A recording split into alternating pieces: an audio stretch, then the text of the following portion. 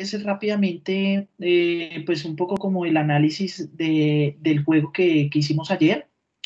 Pues ya tengo también los resultados consolidados, entonces yo se los estaré enviando al correo en un momento para que ustedes puedan también escribir su informe. Obviamente, pues el informe, pues digamos, pueden tener en cuenta muchas de las cosas de las que les voy a comentar a continuación, y luego de eso, la idea es hablar un poco de lo que es el diseño experimental, para que ustedes vayan definiendo, vayan pensando muy bien cómo puede llegar a ser el experimento eh, a desarrollar durante este segundo corte, pues digamos, pensando obviamente en la propuesta metodológica de este segundo corte. Entonces, permítanme un segundo, ya les comparto mi pantalla.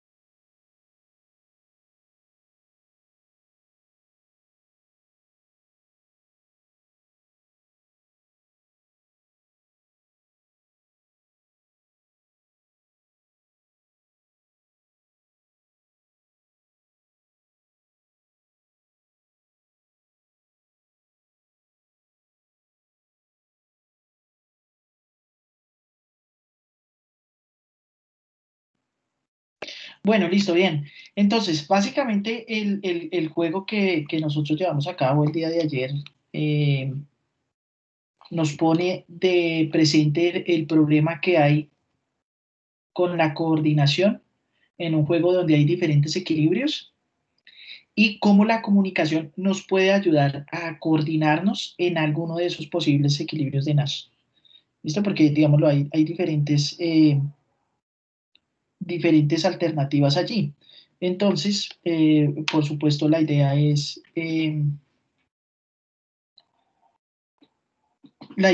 por supuesto, coordinarse en alguno de esos equilibrios de Nash.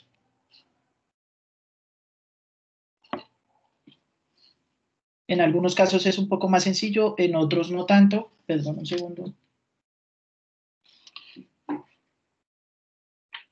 Los problemitas acá con el sonido.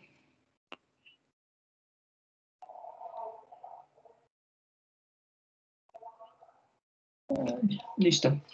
Vamos a ver.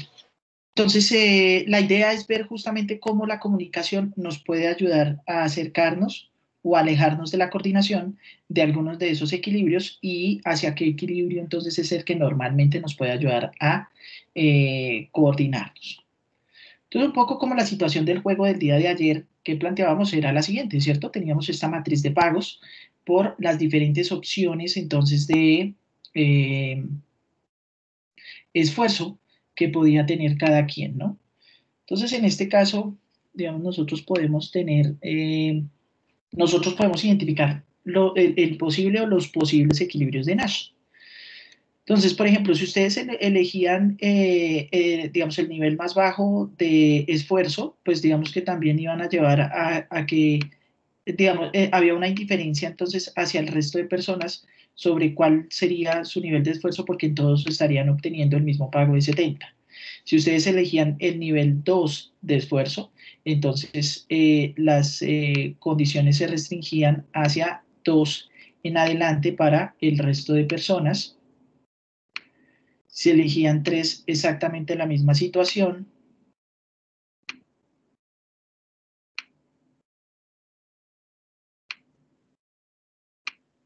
Si elegían 4, exactamente igual.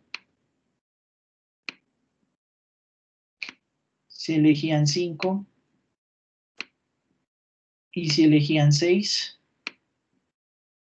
y definitivamente si elegían 7, entonces esta era la mejor opción para el resto.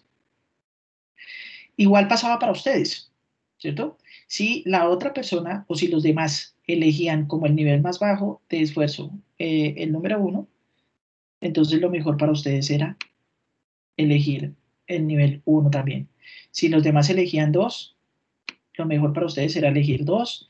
Si los demás elegían 3, lo mejor para ustedes era elegir 3. Si los demás elegían 4, lo mejor para ustedes era elegir 4. Si los demás elegían 5, lo mejor para ustedes era elegir 5. Si los demás elegían 6, lo mejor para ustedes era elegir 6. Y si los demás elegían 7, lo mejor para ustedes era elegir 7. Entonces, si nos damos cuenta, toda esta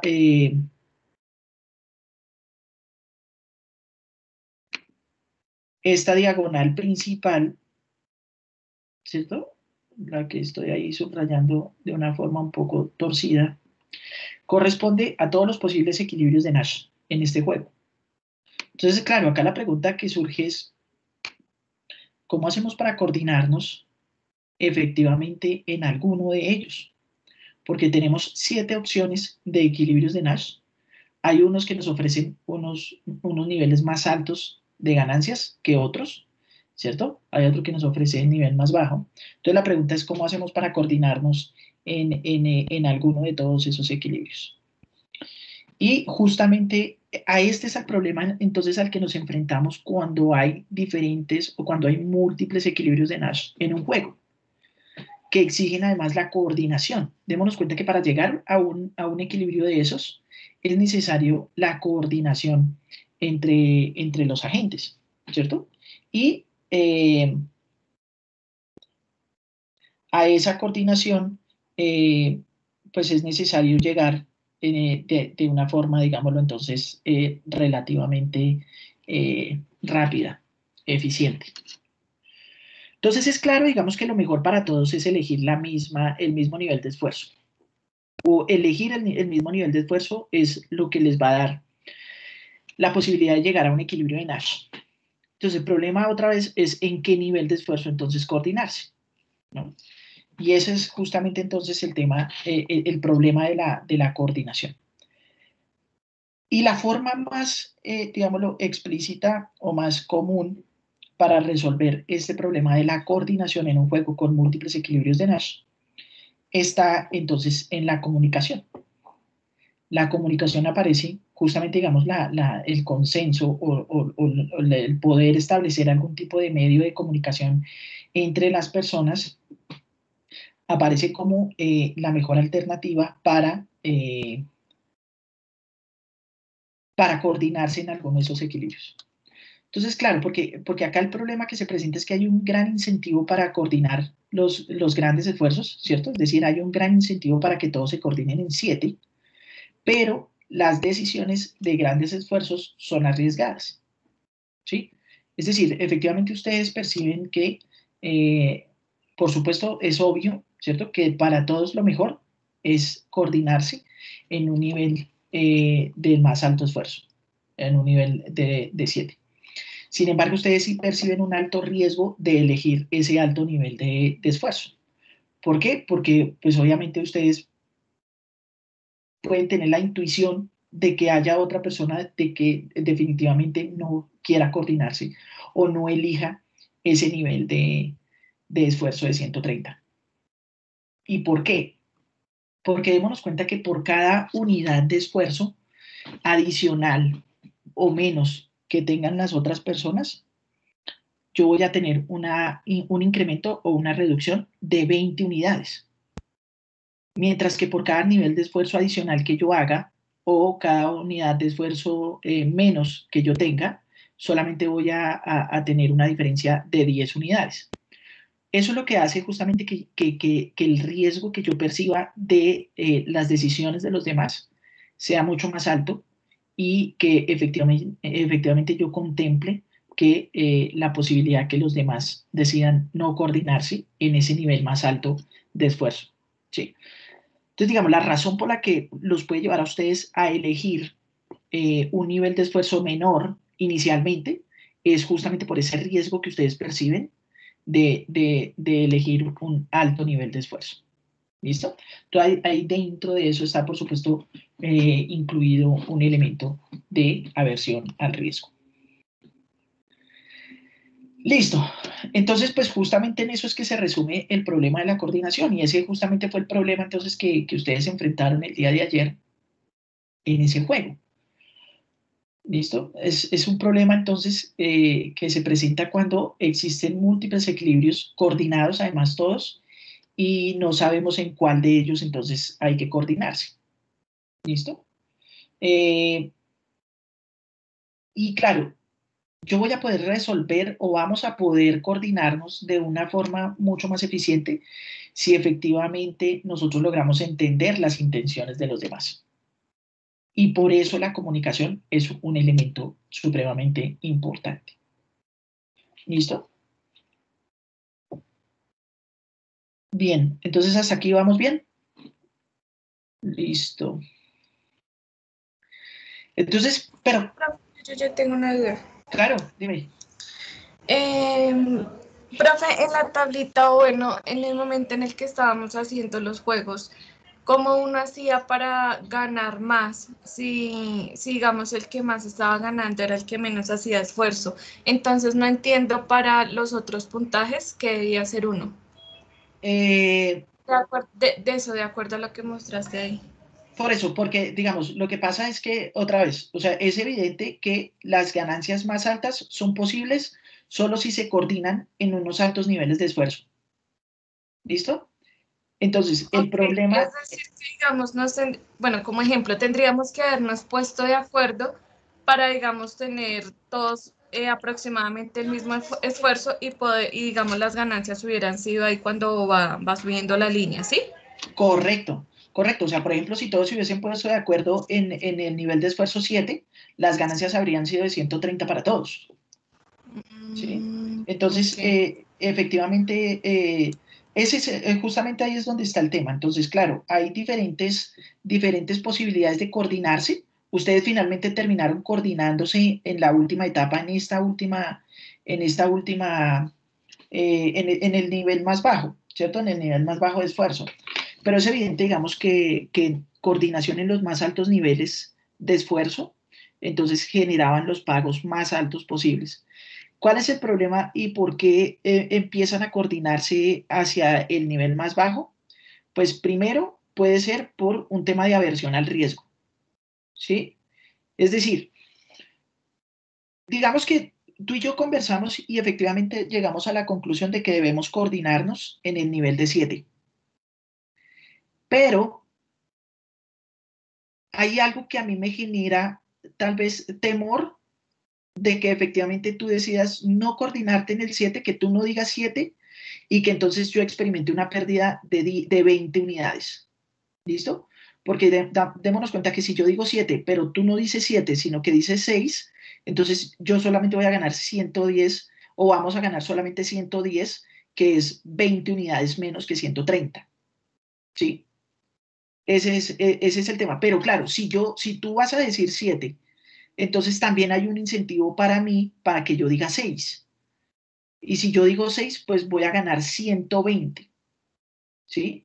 Que es, digámoslo, mucho más que 110, que si tú dices que no, que si tú no te coordinas en 7, ¿sí? Entonces, efectivamente, digamos, hay un alto temor de que efectivamente tú no digas, tú no termines diciendo 7, y por ese análisis que acabamos de hacer, porque tú efectivamente también puedes experimentar ese temor, y vamos haciendo ese análisis eliminando cada una de estas posibilidades y muy seguramente entonces vamos a terminar coordinándonos en el equilibrio más bajo, que es el más seguro, ¿sí? En ese tú no tienes acá ninguna,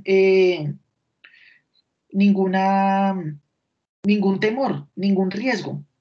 Tú dices, si yo elijo uno, voy a la fija porque sin importar lo que la otra persona elija, yo me voy a ganar 70, ¿sí? Entonces, date cuenta que efectivamente en el nivel de esfuerzo que tú elijas está implícito un elemento de aversión al riesgo, ¿sí? Entonces, por supuesto, entre más riesgo tú percibas de la decisión de la otra persona, tú vas a decidir entonces el nivel más bajo de esfuerzo.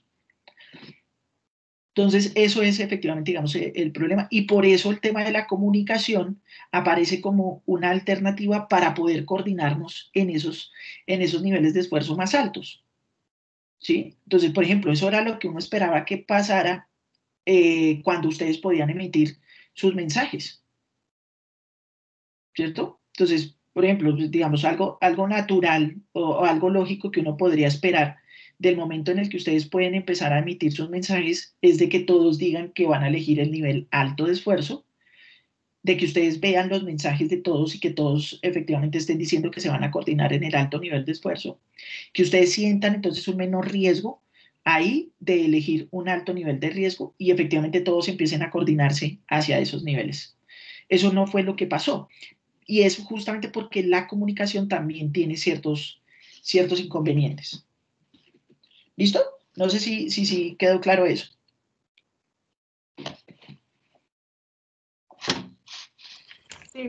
Sí, profe. Perfecto, listo, bien. Entonces continuemos acá con el tema. Entonces, claro, si digamos nos presentamos ante una situación en la que es necesaria la coordinación, ¿cierto? Entre los agentes. No hay posibilidades de comunicación, tampoco hay una señal externa, porque ya vamos a ver también que las señales externas pueden ayudar a coordinarse en equilibrios un poco más óptimos. Si efectivamente estamos en una situación de esas, lo que nosotros podríamos esperar es la coordinación en el equilibrio más bajo, en el más seguro de todos. ¿Listo? Bien. Listo, esto ya, y entonces ahora el tema con la comunicación. Entonces, efectivamente aparece la comunicación como un elemento, digámoslo, explícito, por supuesto, para llevar a que los agentes puedan coordinarse entonces en unos equilibrios mucho más eficientes, mucho más óptimos. Entonces, la pregunta que surge acá con el tema de la comunicación es si cuando el receptor ha recibido el mensaje por parte del emisor se comporta de manera diferente a la forma en que se hubiese comportado si no hubiese recibido ningún mensaje. Es decir, si efectivamente en la segunda y en la tercera ronda, cuando ustedes emitían mensajes en ese juego que hicimos ayer, el hecho de que ustedes pudiesen emitir un mensaje modificaba o influenciaba la decisión de todos para la segunda y la tercera ronda. La pregunta es si efectivamente los mensajes, es decir, la comunicación, puede lograr ese efecto y qué condiciones tienen que darse para que efectivamente lo pueda lograr. ¿Listo? Porque claro, una cosa es efectivamente que ustedes puedan emitir el mensaje, pero no necesariamente por el hecho de que ustedes puedan comunicarse con las otras personas, eso quiere decir que la otra persona vaya a modificar su comportamiento. ¿Cierto? Y hay situaciones en las que no es así. Hay situaciones, por supuesto, ciertos sesgos individuales eh, eh, en las que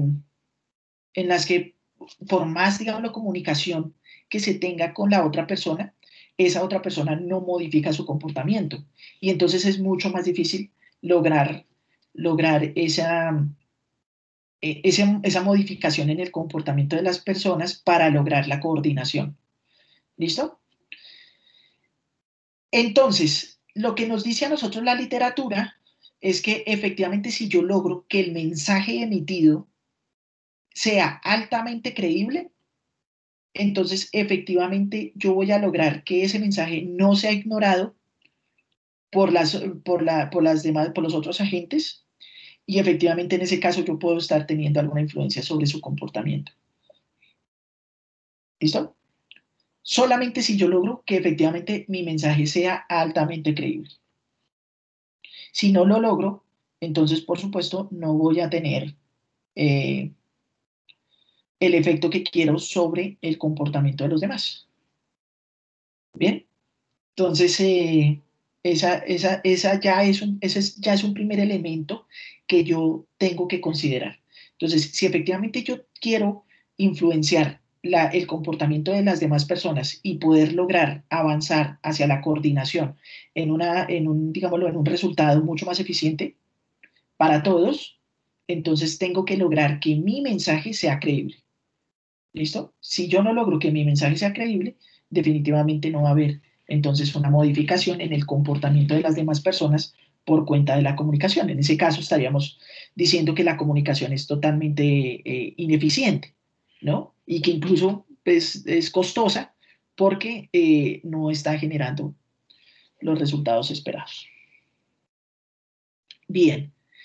Y lo que nos dice también la literatura es que... Profe, perdón, ¿sí? tengo una pregunta.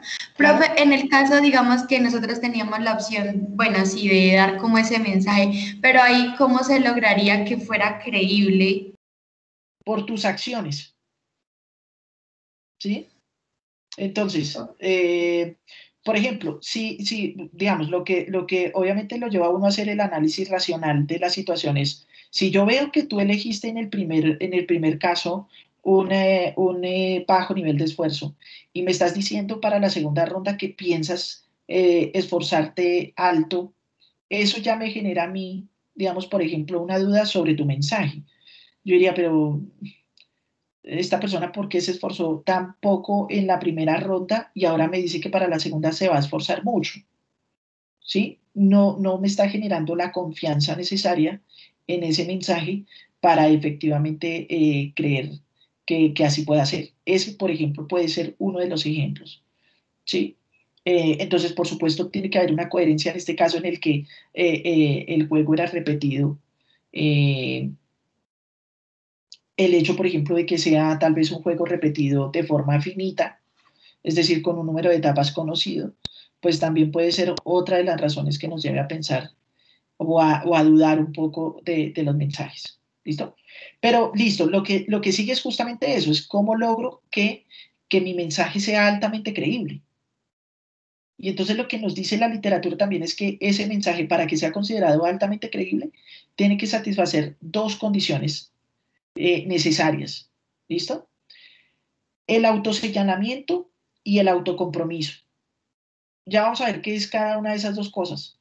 Pero entonces, para que efectivamente el mensaje sea creíble, tiene que cumplir con esas dos cosas. Tiene que ser autoseñalado y tiene que existir autocompromiso. ¿Qué es cada una de esas dos cosas? Pues cumple con la condición de autoseñalamiento un mensaje sí y solo sí es verdad y el emisor está interesado en que se crea que es verdad. Es decir, si efectivamente el mensaje es cierto y además al emisor le preocupa o lo que más le interesa es que el receptor crea que efectivamente el mensaje es verdad. ¿Listo? Entonces no es solamente pensar que el mensaje sea cierto, sino además de que efectivamente al receptor, al emisor, perdón, le preocupe de verdad que efectivamente el receptor pueda creerle. Entonces, esa es la primera condición, autoseñalamiento.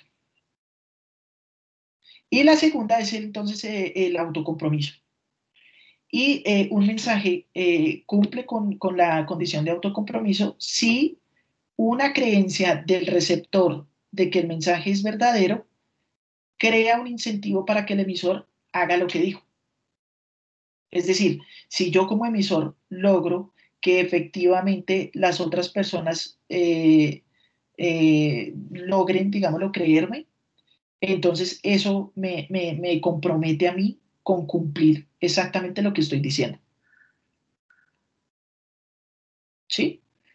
Entonces, claro, justamente por eso lo hicimos por varias etapas, para justamente ver que se cumplieran estas condiciones o si se cumplían estas condiciones y ver ustedes cómo adaptaban entonces su comportamiento en las siguientes etapas.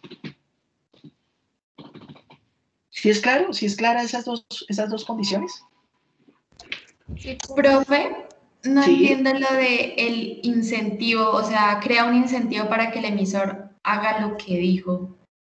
Por ejemplo, si eh, yo te digo a ti que voy a hacer un esfuerzo alto y efectivamente yo me doy cuenta que tú me creíste, que yo voy a hacer un esfuerzo alto, entonces eso genera en mí el compromiso de cumplir lo que te estoy diciendo, de cumplir de que estoy haciendo o de que voy a hacer un esfuerzo alto. Ah, ok, pero ya entiendo. ¿Sí? Listo. Entonces, claro, y el problema está entonces en estas condiciones, porque puede que el mensaje entonces que yo emita no cumpla con alguna de estas condiciones y por lo tanto termine siendo un mensaje no creíble. Y recuerden ustedes que en las situaciones de juegos repetidos, la historia es algo supremamente importante, ¿cierto? Es decir, la reputación que se va creando a lo largo de las rondas, de las diferentes repeticiones. ¿Listo? Entonces, yo ya sé, si yo logro identificar que efectivamente el mensaje cumple con esas dos condiciones, pues perfecto. Me estoy acercando entonces a efectivamente darme cuenta que el mensaje de la otra persona puede ser creíble. Y entonces veamos, por ejemplo, yo les comparto cómo fue un poco su comportamiento entonces en el juego de ayer, para que veamos un poco los resultados y ustedes puedan ir infiriendo cosas allí.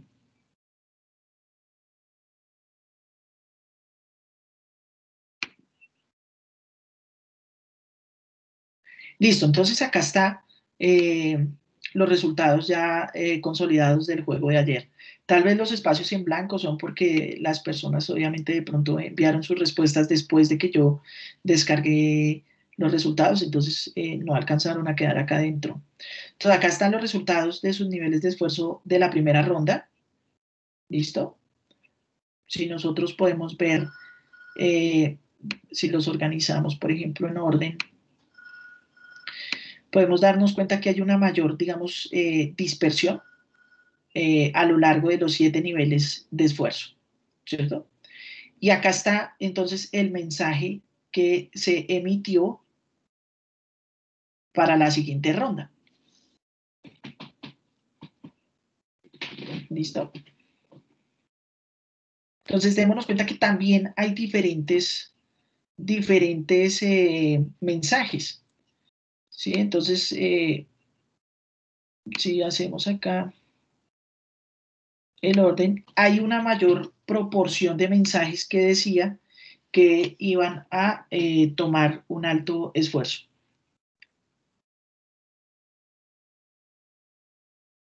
¿Listo? Y démonos cuenta que lo que pasó es que muy pocas personas efectivamente cumplieron, digamos, esa promesa o fueron coherentes con el mensaje que estaban emitiendo.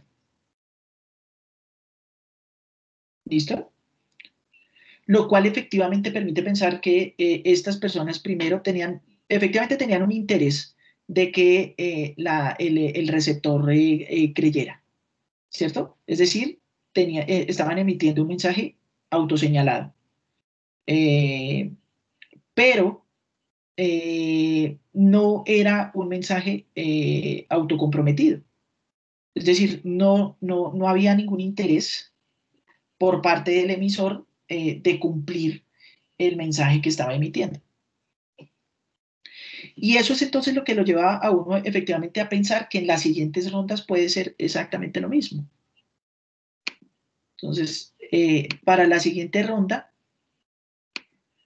démonos cuenta que el porcentaje ya de esfuerzo alto de quienes emitieron el mensaje de esfuerzo alto, pues se reduce. La mayoría entonces empieza a expresar que va a tener un esfuerzo bajo y definitivamente lo que terminan haciendo todos es coordinándose en el nivel o en el equilibrio de Nash, digamos, de un menor nivel, ¿no? Y es justamente por eso. Entonces, porque efectivamente no se logró tener mensajes que fueran altamente creíbles y no se logró entonces la coordinación hacia los niveles más altos de esfuerzo. Sí, no sé si eso es claro o si de pronto allí hay alguna duda.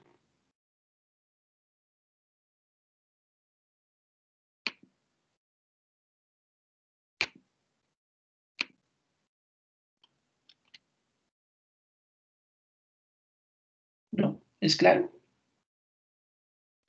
¿Qué es lo que nos dice la literatura entonces de cómo lograr que efectivamente la comunicación pueda servir para coordinarse entonces en equilibrios de mayor eficiencia?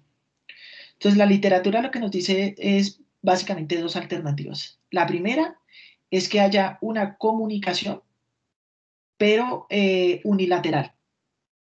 ¿Listo? Es decir, que no sean los dos agentes, por ejemplo, los que están participando, o todos los agentes que participan los que puedan emitir mensajes, sino solamente sea una parte de los agentes que están participando quienes emitan el mensaje. ¿Listo? Si efectivamente es una sola persona o es una sola parte la que emite el mensaje, hay evidencia empírica entonces que nos permite pensar que efectivamente la otra persona va a considerar como creíble ese mensaje y puede entonces modificar su comportamiento y terminarse coordinando en unos niveles más altos de eficiencia. Es decir, supongan que ustedes están jugando este mismo juego solamente contra otra persona y que es la otra persona la única que puede emitir un mensaje, que ustedes no. Entonces, efectivamente, el hecho de que sea la otra persona quien pueda emitir un mensaje, efectivamente puede tener una incidencia sobre su comportamiento al elegir su nivel de esfuerzo. Y ese mensaje que emita la otra persona va a ser mucho más creíble si los pagos son simétricos. Es decir, si efectivamente los beneficios que pueden obtener las dos personas en todas las posibilidades del juego son los mismos, como el juego que nosotros hicimos entonces el día de ayer. Si los pagos son simétricos, entonces efectivamente lo que se puede lograr es que el mensaje de una sola de las dos personas logre llevarnos a coordinarnos entonces en unos niveles más altos. ¿Listo? Entonces, ahí ya hay un primer elemento, digámoslo, para tener en cuenta de qué es lo que puede ayudarnos entonces a mejorar la coordinación. La segunda razón o el segundo motivo que nos puede ayudar en el tema de la comunicación, perdón un segundo, por favor.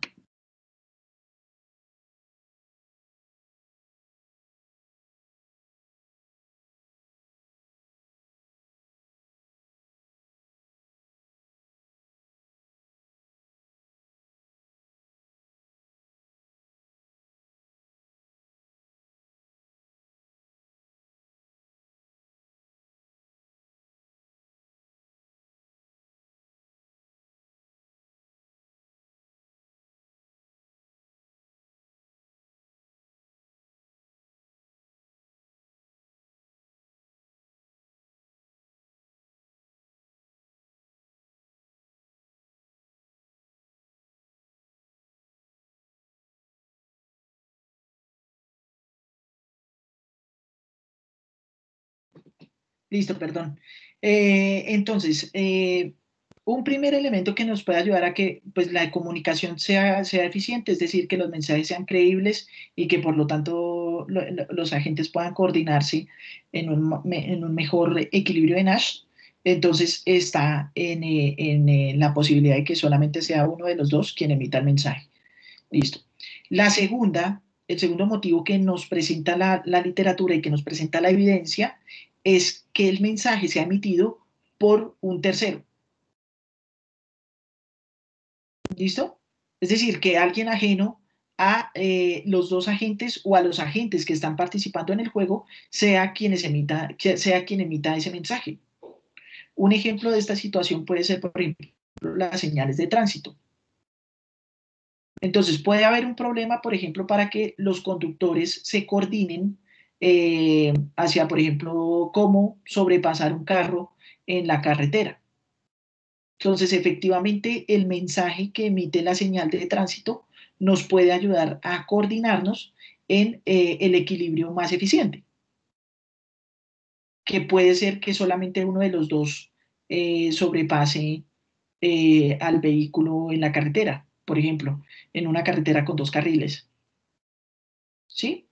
Entonces, efectivamente, esos mensajes o esas señales emitidas por terceros ayudan entonces a coordinarse a los agentes de una forma mucho más eficiente. ¿Sí? No sé si esto ha sido claro.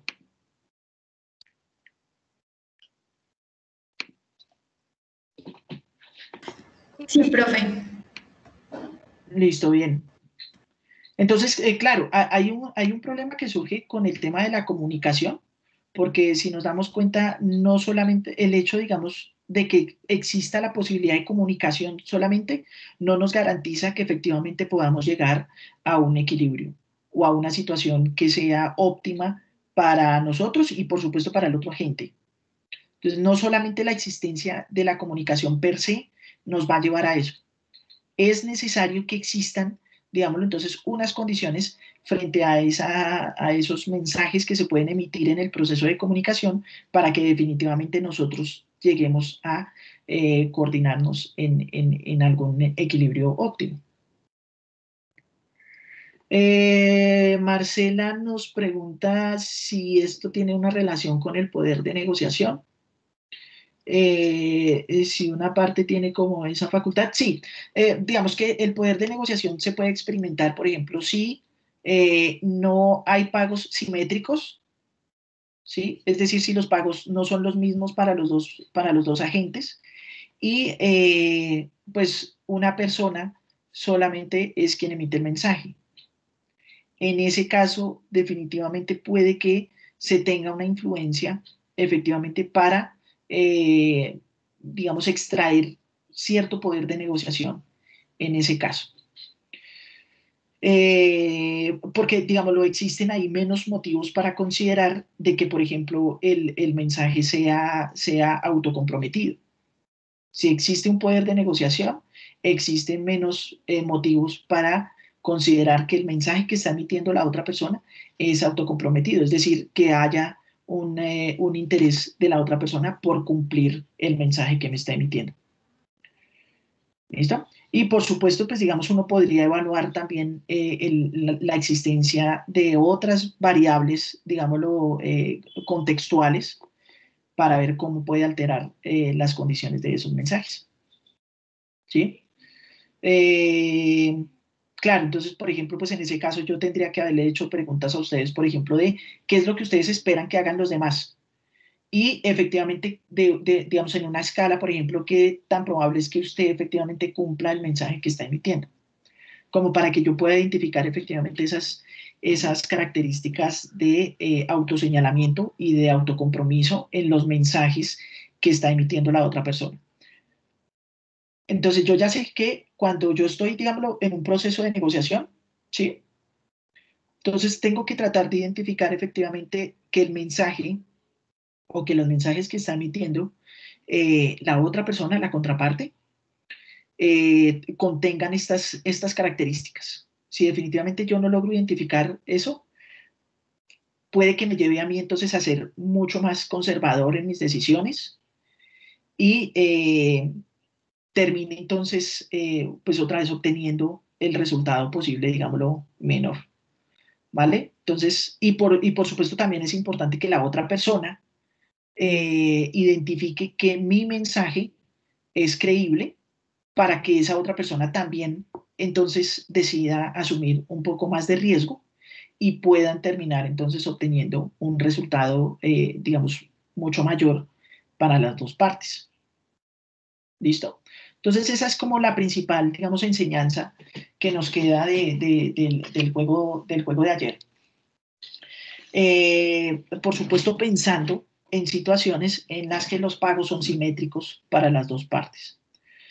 ¿Listo? Entonces, en la situación en la que los pagos no son simétricos, entonces obviamente puede haber un mayor interés en lograr que mi mensaje no sea creíble. ¿Listo? También, por supuesto, tendrá mucho que ver con el poder de negociación que se tenga en determinado contexto.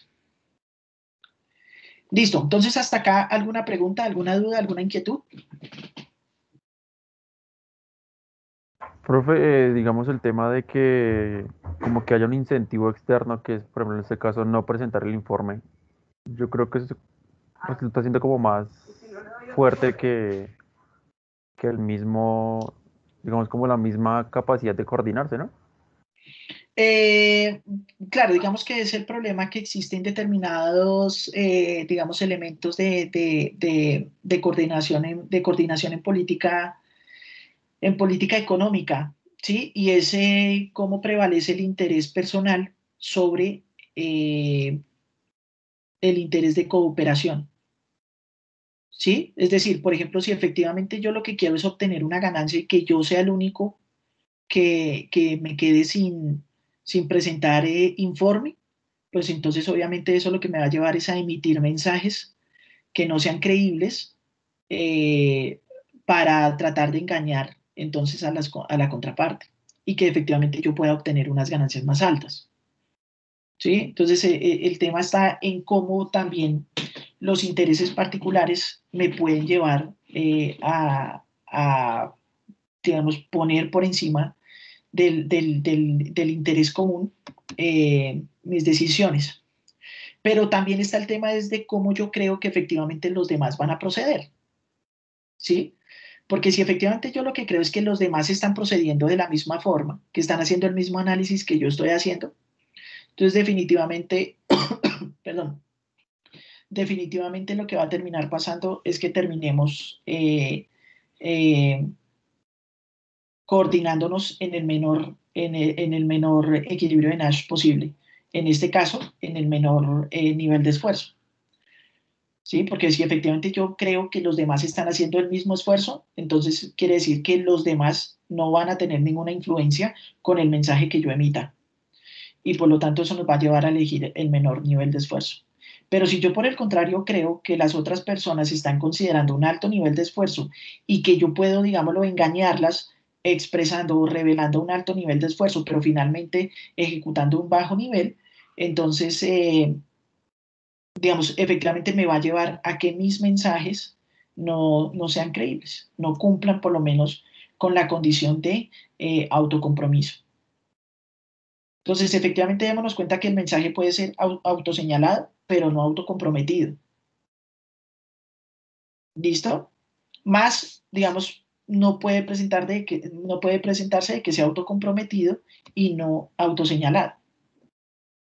¿Sí? Porque si efectivamente yo logro que me crean lo que yo estoy diciendo, pues digamos, si yo siento un interés de verdad en hacer lo que yo estoy diciendo que revelé que voy a hacer, entonces por supuesto también estoy interesado en que las demás personas crean mi mensaje. ¿Listo? Vale, Entonces, profe, gracias.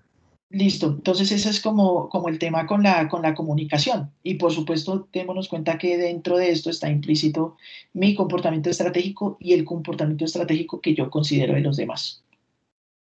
¿Cómo creo yo que los demás se van a comportar? Esos son dos elementos que han estado presentes en cualquiera de nuestros análisis y que son, por supuesto, digámoslo, constantes también en este caso. Es decir, cómo efectivamente yo estoy pensando que los demás se van a comportar en este juego. ¿Listo? Bien, listo. Entonces eso era en cuanto al tema de la comunicación y el tema de cómo puede influenciarnos para la coordinación, para mejorar la coordinación. Entonces ahora sí, la idea es mostrarles algo un poco rápido de lo que podría ser el tema del diseño experimental. ¿Listo? Entonces, permítanme un segundo, cambio acá mi presentación.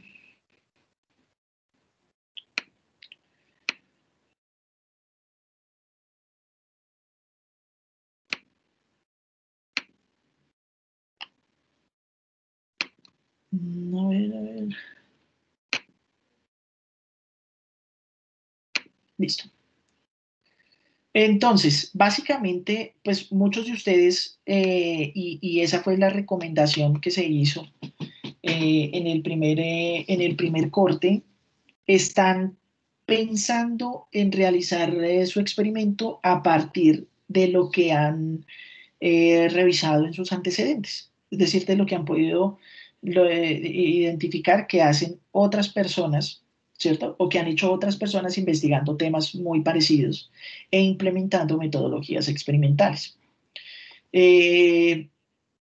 Pero por supuesto, digamos, lo que nosotros tenemos que pensar o tal vez de reflexionar un poco es si efectivamente ese experimento que han hecho los demás puede ser perfectamente replicable en las mismas condiciones para la investigación que yo estoy tratando de desarrollar.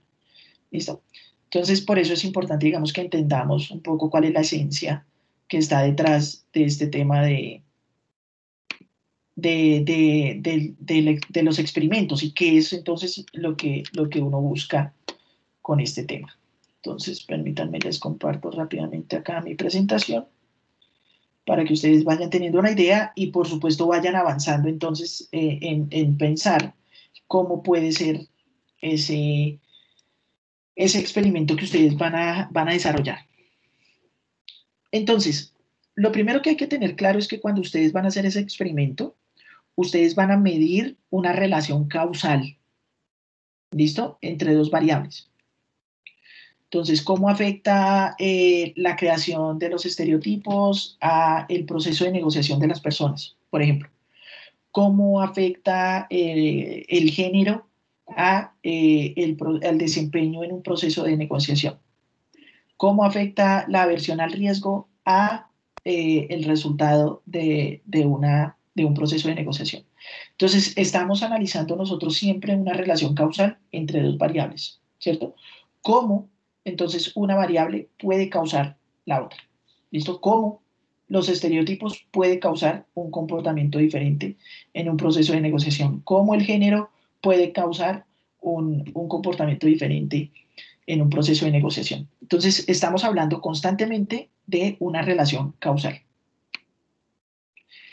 Y por eso es importante que nosotros tengamos en cuenta qué es una relación causal. ¿Cómo podemos nosotros demostrar efectivamente una relación causal? Entonces, la lógica detrás de la identificación de esa relación causal se encuentra en que yo pueda responder a la pregunta de qué hubiese pasado o qué hubiera pasado con ese individuo en ausencia de esa variable que yo estoy tomando como explicativa. Es decir, ¿qué hubiese pasado con la persona en su proceso de negociación si esa persona no tiene o no se crea los estereotipos? ¿Qué hubiese pasado con esta persona en su proceso de negociación si no experimenta aversión al riesgo? ¿Sí? Es decir, yo estoy interesado en analizar prácticamente que dos realidades al mismo tiempo. Una realidad donde la persona tiene el estereotipo, se ha creado el estereotipo.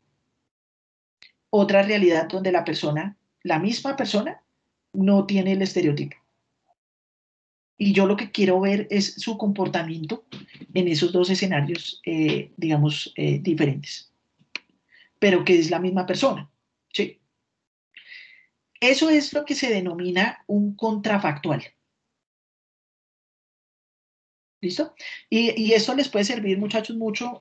Hoy en día el tema de evaluación de políticas públicas se hace mucho desde estas metodologías y es muy poco, digámoslo, tal vez la enseñanza de este tipo de métodos a nivel de pregrado. Entonces, de pronto, digámoslo, esto les puede servir mucho a ustedes para justamente tener como esa visión ya de lo que es el tema de la evaluación de impacto.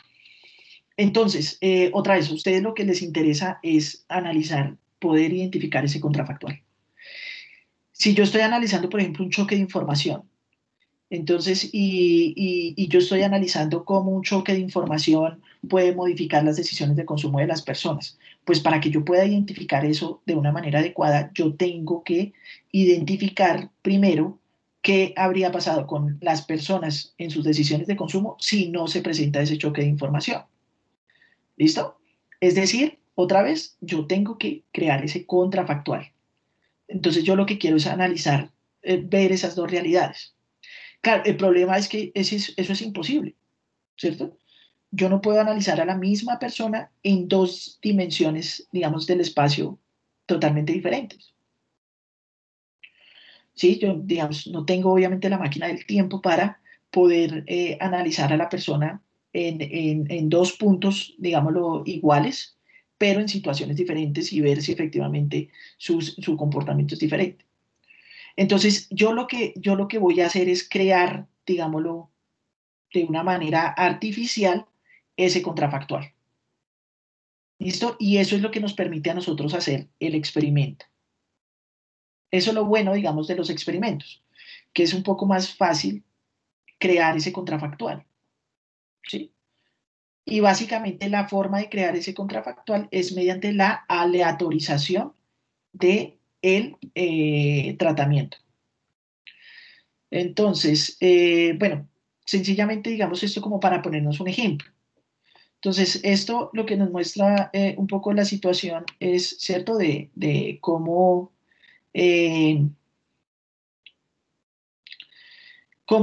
cómo se da, digamos, en un estado de Estados Unidos, en Connecticut, en 1955 se presentó el más alto número de accidentes de tránsito con víctimas mortales. Lo que se hizo entonces para el siguiente año fue implementar una política de control al exceso de velocidad, y lo que se presentó entonces hacia 1956 es este número de accidentes de tránsito con víctimas fatales.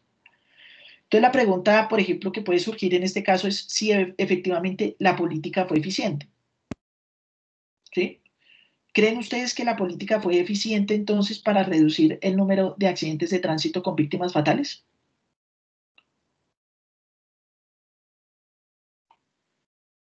¿Qué dicen ustedes?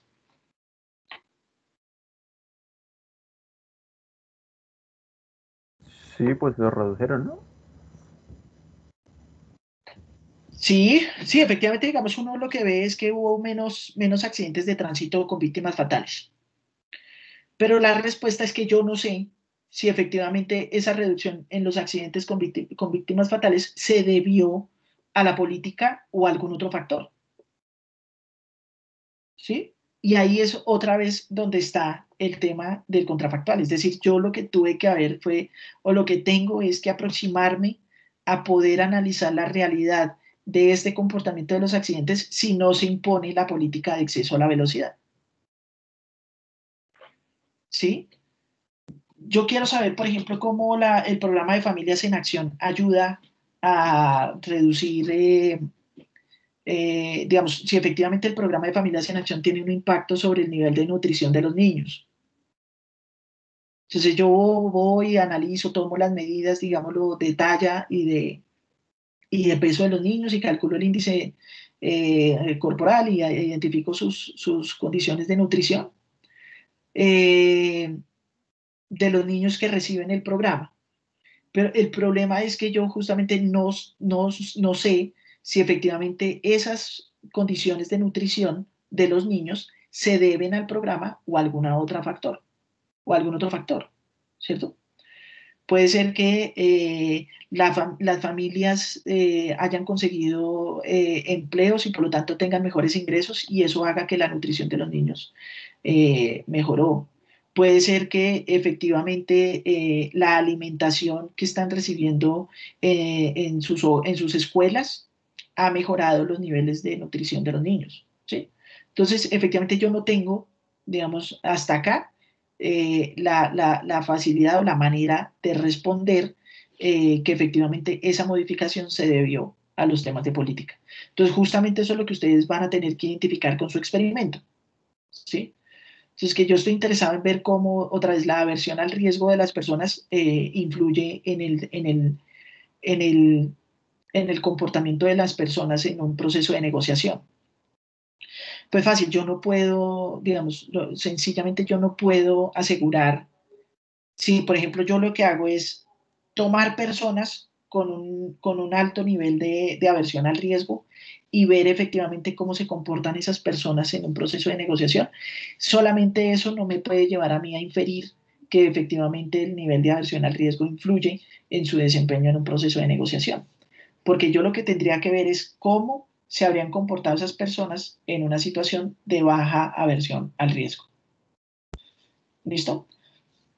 Entonces, claro, en este caso la respuesta es que no sabemos, porque puede que la reducción de los accidentes, por ejemplo, se haya dado por cuestiones climáticas o mejoras en las condiciones de seguridad de los autos.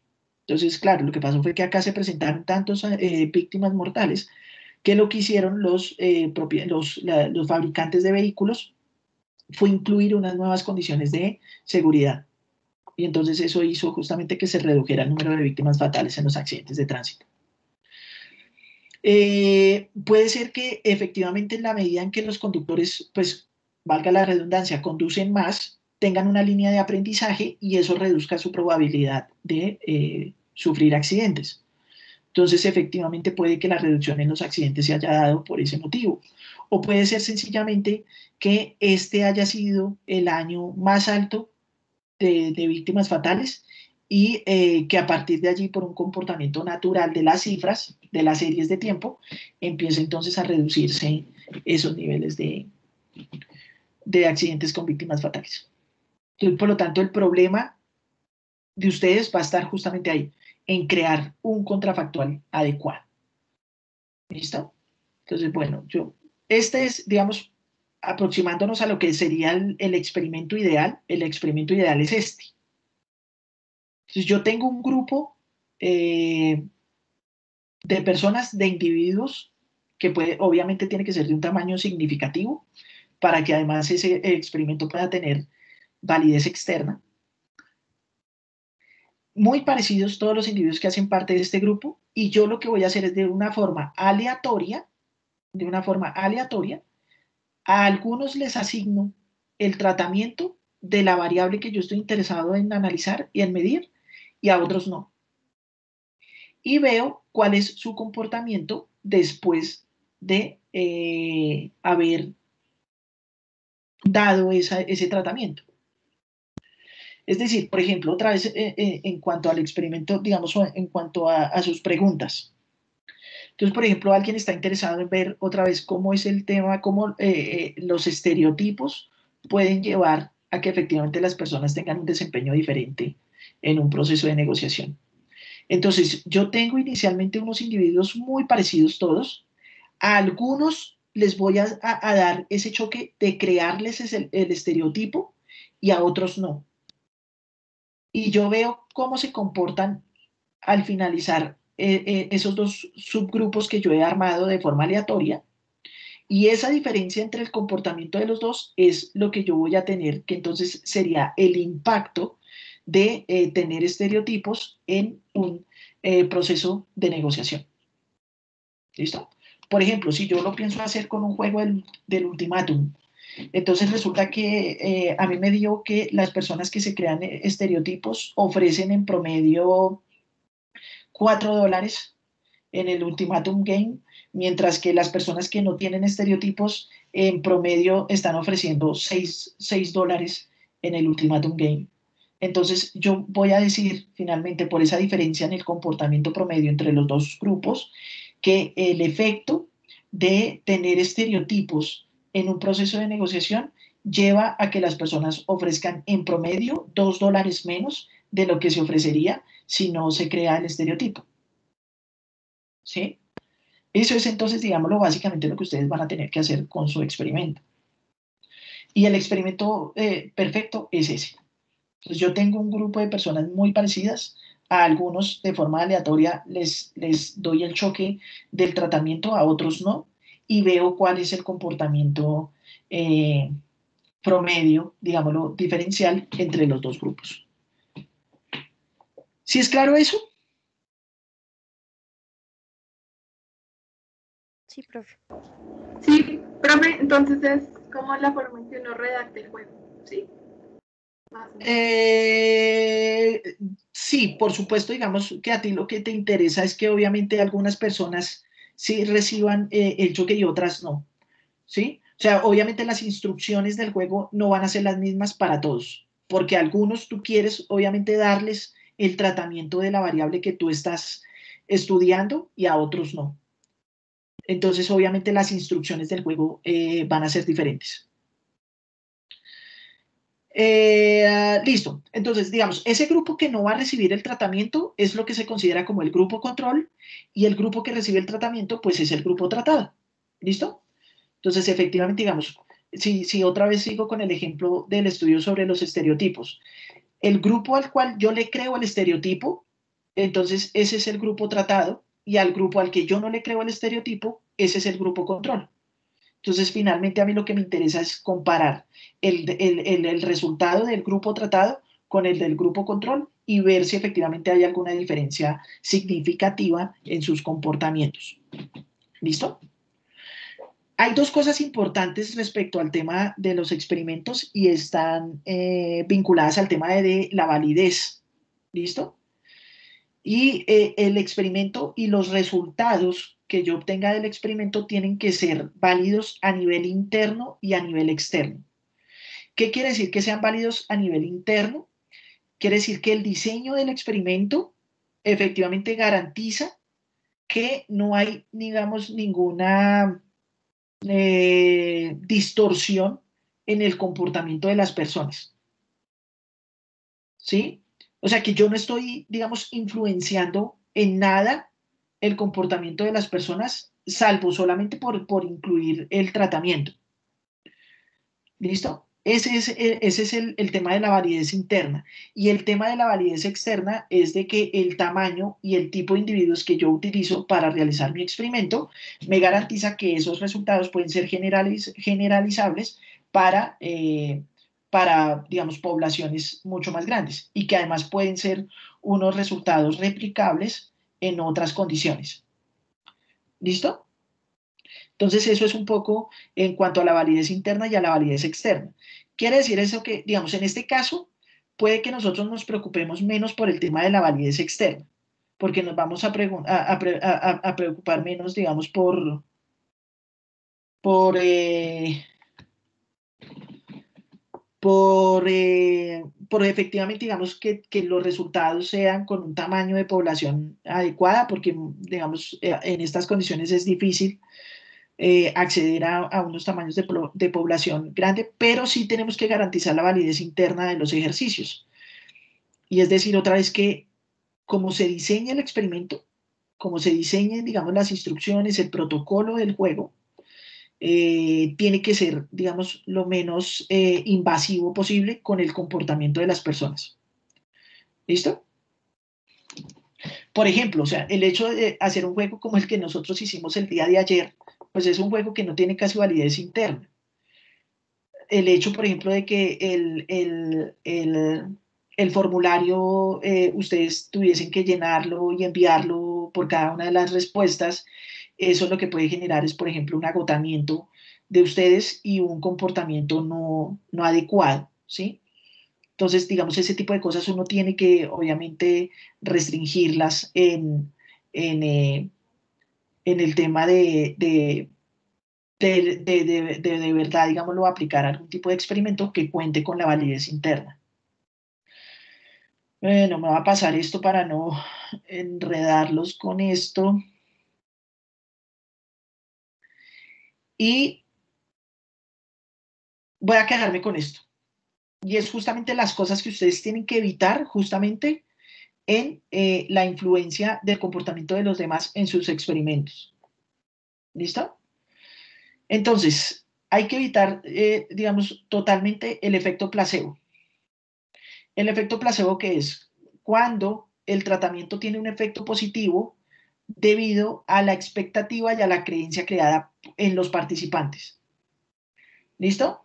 Es decir, si por ejemplo es un experimento y yo he hablado con los participantes de forma previa a la realización del experimento y ellos o digamos durante la ejecución del experimento yo les estoy hablando de cuál es la intención de mi experimento y qué es lo que yo estoy midiendo y efectivamente que yo creo que los estereotipos crean un desempeño diferente en el comportamiento de las personas en un escenario de negociación. Entonces yo efectivamente lo que estoy es creando, digámoslo, inconscientemente un cambio en el comportamiento natural de esas personas. ¿Sí? Es otra vez como pues, lo que pasa con las drogas, ¿cierto? Con la droga. Entonces, cuando nos dicen, mire, usted no, es que me está doliendo la cabeza terriblemente y las pastillas que me he tomado no me han servido. Entonces aparece alguien que me dice, mire, tómese esta pastilla es excelente, yo me la he tomado muchísimas veces y me ha quitado el dolor de cabeza, entonces es buenísima y además yo creo que para usted, obviamente en las condiciones en las que está, le va a servir mucho, entonces tómese esta pastilla. Entonces ya, digamos, inconscientemente me están creando a mí la creencia de que efectivamente esa pastilla es buenísima y puede que efectivamente el efecto sobre mi dolor de cabeza sea más por esa creencia que por la pastilla. ¿Sí? Entonces tengo que evitar ese tipo de cosas. Tengo que evitar el efecto de reactividad. ¿Listo? Y es sencillamente que las personas saben que están siendo observadas, que están siendo estudiadas frente a cierto fenómeno, y solamente por el hecho de que están siendo estudiadas, entonces obviamente las personas se van a comportar de una forma diferente. ¿Sí? Entonces, si yo, por ejemplo, les digo, bueno, voy a hacer un estudio sobre el comportamiento cooperativo en situaciones colectivas, entonces yo quiero saber si efectivamente las personas son más solidarias o son menos solidarias. Entonces, pues obviamente, digamos, yo ya les estoy diciendo a ustedes y ustedes están entendiendo de que como yo los voy a observar en su comportamiento solidario, pues entonces ustedes van a tender a ser mucho más solidarios de lo que normalmente pueden llegar a ser. ¿Sí? Entonces, tengo que evitar justamente eso. Tengo que evitar el efecto John Henry. ¿En qué consiste el efecto John Henry? Y es básicamente en que los individuos del grupo control saben que hacen parte de un grupo control, es decir, que no fueron seleccionados para recibir un tratamiento y solamente por eso se comportan de una manera diferente, esperando que en una siguiente oportunidad o en una siguiente situación eh, puedan ser considerados dentro del grupo de tratamiento. ¿Sí? Entonces, claro, los individuos no pueden, cuando yo estoy haciendo un análisis, digamos, between subjects, ¿sí? Entre individuos, yo no puedo hacer que esos individuos sepan a cuál grupo pertenece. ¿Listo? Entonces, eso es algo, digamos, necesario que yo necesito controlar. Y lo otro es el efecto Pygmalion, ¿listo? Y es cuando yo tengo unas expectativas sobre el resultado del experimento y yo trato de llevar el experimento hacia que los resultados cumplan mis expectativas, ¿sí? Que es lo que se convierte entonces en eso de las profecías autocumplidas. Es decir, yo tengo la expectativa de que efectivamente el estereotipo lleva a las personas a comportarse de una forma diferente en un escenario de negociación. Entonces yo lo que trato de hacer es manipular efectivamente el desarrollo del experimento para lograr que las personas que han recibido el tratamiento del estereotipo se comporte de una forma diferente en el proceso de negociación. ¿Sí? Entonces, esos 4 elementos es importante que ustedes los tengan en cuenta porque es necesario que ustedes los controlen cuando vayan a diseñar su experimento. Por supuesto, cuando lo vayan a diseñar y cuando lo vayan a implementar. ¿Listo? Entonces, eso es importante. Y por ello, entonces, como cuál es el proceso que ustedes deberían seguir para ese diseño del experimento. Lo primero es definir cuál es el tratamiento o la variable independiente. ¿Listo? Entonces, por ejemplo, otra vez, si mi estudio es cómo se comportan las personas con estereotipos en un proceso de negociación, es decir, si los estereotipos me generan algún comportamiento diferente en un proceso de negociación, pues en ese caso mi variable independiente o explicativa, pues es el estereotipo, y mi variable resultado o mi variable dependiente es el desempeño en un proceso de negociación. ¿Listo? Entonces, lo primero que yo tengo que hacer es identificar esas variables. ¿Cuál es mi variable dependiente y cuál es mi variable independiente? Y, por supuesto, cuáles van a ser mis variables de control. ¿Sí? Es decir, cuáles pueden ser esos elementos que yo necesito controlar del contexto para lograr efectivamente medir solamente la relación entre mi variable independiente y mi variable dependiente. Entonces, por ejemplo, puede ser que mis variables de control sean el género, la edad, el nivel de ingresos, el nivel de educación, ¿sí? Yo necesito aislar, digámoslo, o mantener bajo control esas variables solamente para analizar la relación entre mi variable dependiente y mi variable independiente. ¿Listo? Eso es. Lo segundo, pues, es cómo se va a realizar el proceso de aleatorización, ¿sí? Sí, yo lo que voy a hacer, por ejemplo, es un proceso de inscripción. Entonces, voy a pedir que se inscriban 50 personas para participar en el juego. Y de esas 50, las primeras 25 son las que le voy a asignar el tratamiento y las segundas 25 no. Eso es un ejemplo pésimo que no debe hacerse, pero es, digámoslo, un ejemplo para que ustedes tengan en cuenta el tema de la aleatorización. Definir la muestra, por supuesto, y el tamaño. Es decir, qué tipo de población, qué tipo de individuos son los que yo voy a necesitar para mi experimento y cuántos. ¿Listo? ¿Por qué no debe hacerse? Porque el problema, si yo digo, por ejemplo, supongo que yo digo, voy a otorgar un subsidio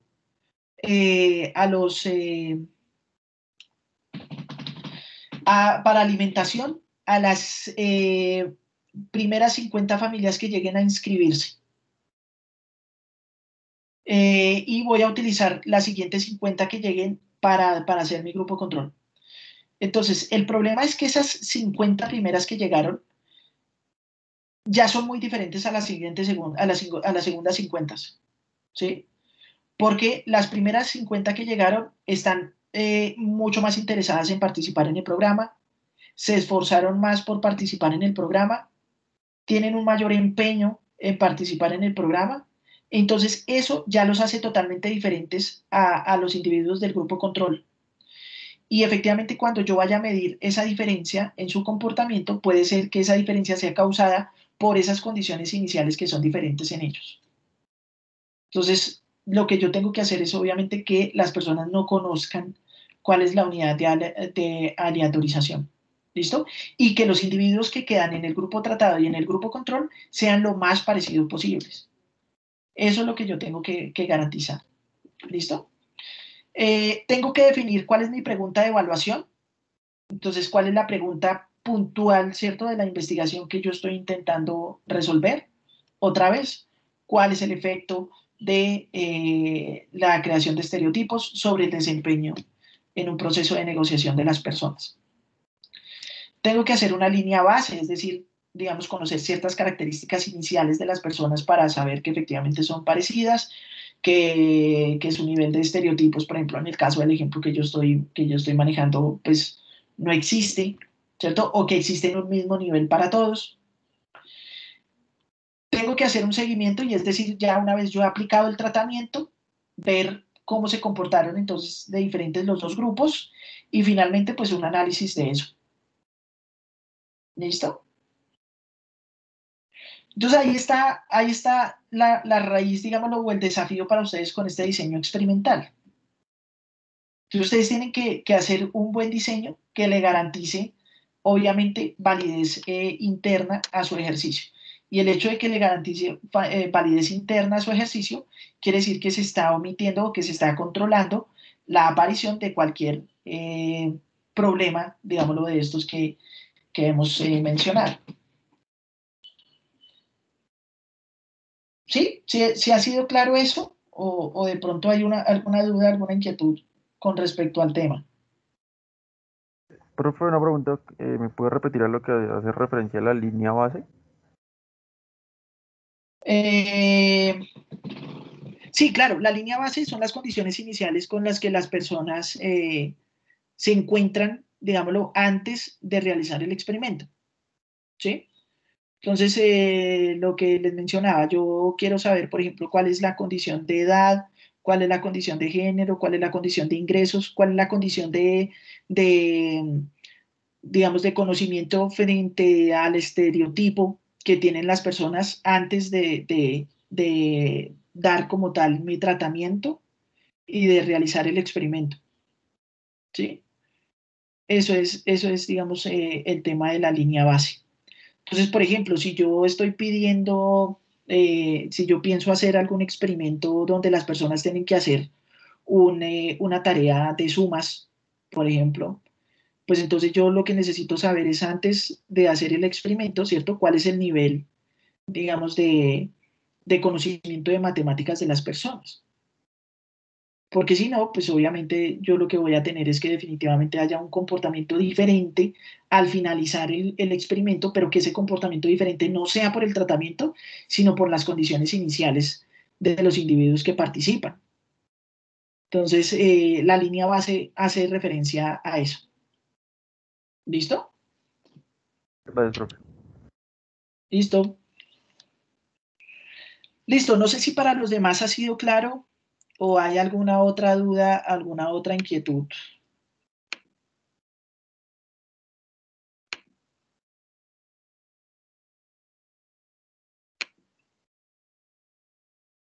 ¿Quién levantó su mano?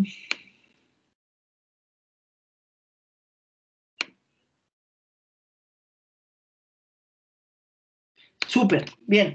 Entonces, digamos, eso es lo que yo quiero que ustedes empiecen a pensar para su propuesta del diseño experimental de este segundo corte. Recuerden que en este segundo corte solamente necesito pues que ustedes me digan es cómo se va a desarrollar el experimento.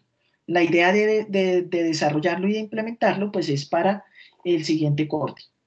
Entonces, ahorita solamente me interesa es que ustedes justamente diseñen un buen experimento que cumpla con las condiciones de validez interna y eso quiere decir que hay que diseñar muy bien todo el protocolo.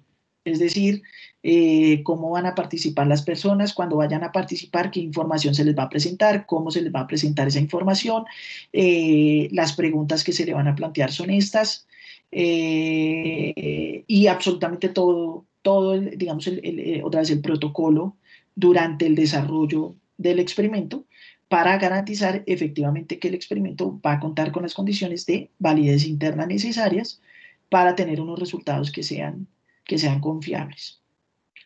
¿Listo? Obviamente ayuda muchísimo el hecho de seguir un experimento que ya se ha implementado, entonces por eso la literatura en la que ustedes están basando para proponer su experimento y que yo les he recomendado a algunos ya digamos, en esa revisión del primer corte.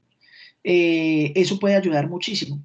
Pero también es importante que nosotros veamos esos experimentos que han aplicado otros de una forma crítica para ver digamos, qué parte del proceso de la implementación del experimento pudo haber generado algún error y cómo podríamos nosotros mejorarlo entonces en el ejercicio que nosotros vamos a hacer.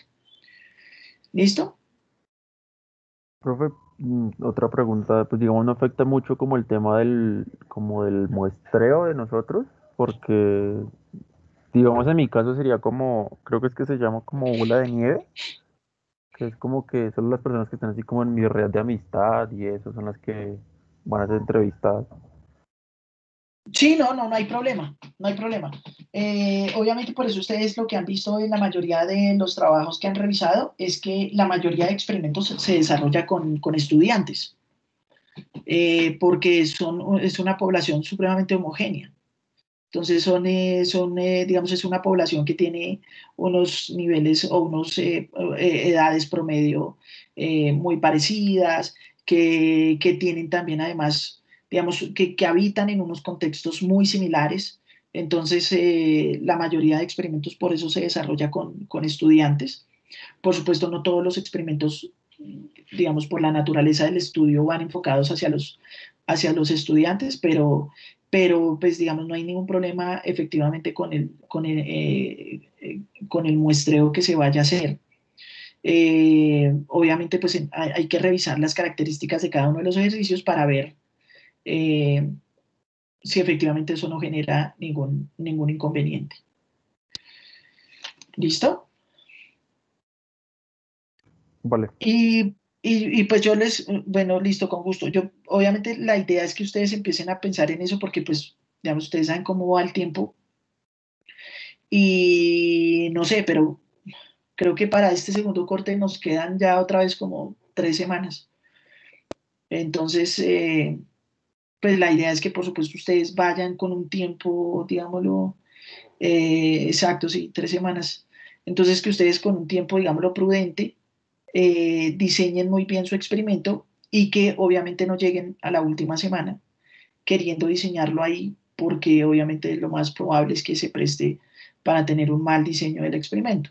Entonces la idea es obviamente que ustedes lo vayan haciendo con antelación. Igual, cualquier duda que ustedes vayan teniendo durante ese proceso, pues obviamente me pueden consultar y yo estoy disponible, digámoslo, para acompañarlos en ese proceso y para ayudarlos en lo que sea necesario. ¿Listo?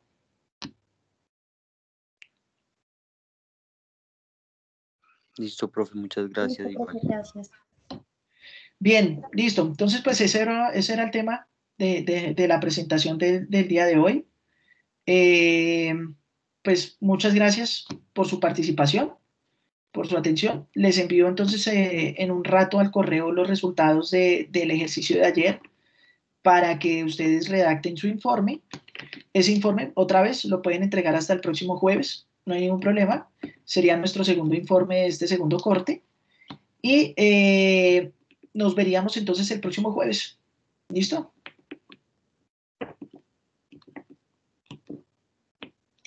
Listo. Muchas gracias. Igualmente para ustedes. Tengan un feliz día. Cuídense mucho. Que tengan un feliz fin de semana. Descansen. Y nada, un abrazo para todos. Cuídense mucho. Solo, profe. Chao, que estén muy bien. Muchas gracias, profe. Hasta luego.